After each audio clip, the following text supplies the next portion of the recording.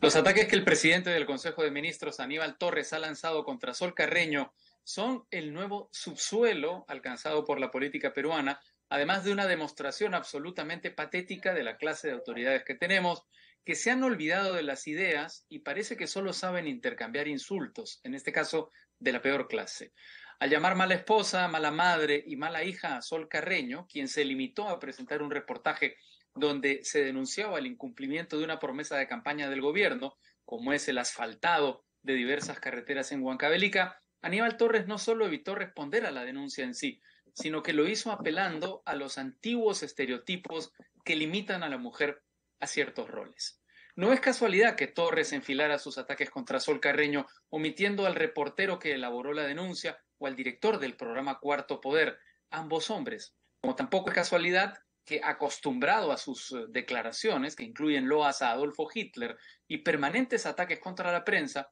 a Torres nunca se le haya ocurrido llamar a ningún periodista hombre, mal esposo, mal padre o mal hijo.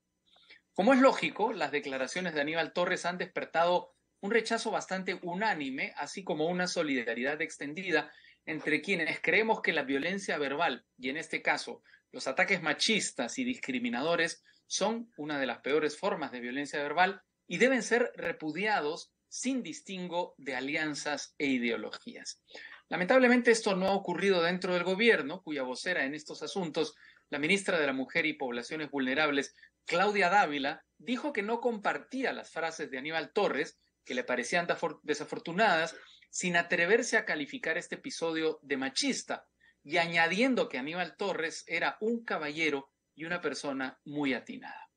El presidente Pedro Castillo, por su parte, se ha escondido, no ha dicho nada sobre este asunto gravísimo, algo que no sorprende porque es un gobierno donde el machismo ha encontrado un terreno fértil, que llegó a tener a un golpeador de mujeres como presidente del Consejo de Ministros y a una integrista religiosa ultraconservadora como ministra de la Mujer.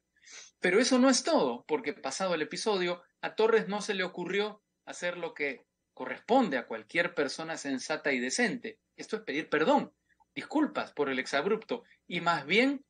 él sí prefirió tergiversar la realidad diciendo que la denuncia aseguraba que la ausencia de asfaltado en las carreteras de Huancavelica se debe exclusivamente al gobierno actual y no a los anteriores, algo que es meridianamente falso, y que su gobierno reafirmaba su lucha contra toda forma de machismo y discriminación. Esto último tampoco es verdad, porque si así fuera, hoy mismo Aníbal Torres debería haber dejado de ser presidente del Consejo de Ministros, algo que no ocurrirá, y ahí es a donde quisiera llegar, porque está quedando bastante claro que hace unos meses, cuando anunció su salida de la presidencia del Consejo de Ministros, salida que no llegó a producirse, lo que hizo Aníbal Torres fue negociar con Pedro Castillo su impunidad, una carta libre, la posibilidad de hacer lo que quisiera dentro del gobierno. Esto es lo que viene ocurriendo porque Pedro Castillo sabe que nadie en su sano juicio aceptaría ser presidente del Consejo de Ministros de su gobierno y porque Torres es la clase de defensor todoterreno que necesita en los complejos momentos judiciales que vive. Por eso, el Congreso tiene que abandonar su cobardía, dejar de repetir el discurso de la bala de plata y, actuando dentro de la ley, cumplir con sus funciones, procediendo a censurar a Aníbal Torres, un primer ministro machista y misógino que los peruanos, sobre todo las mujeres peruanas, no se merecen.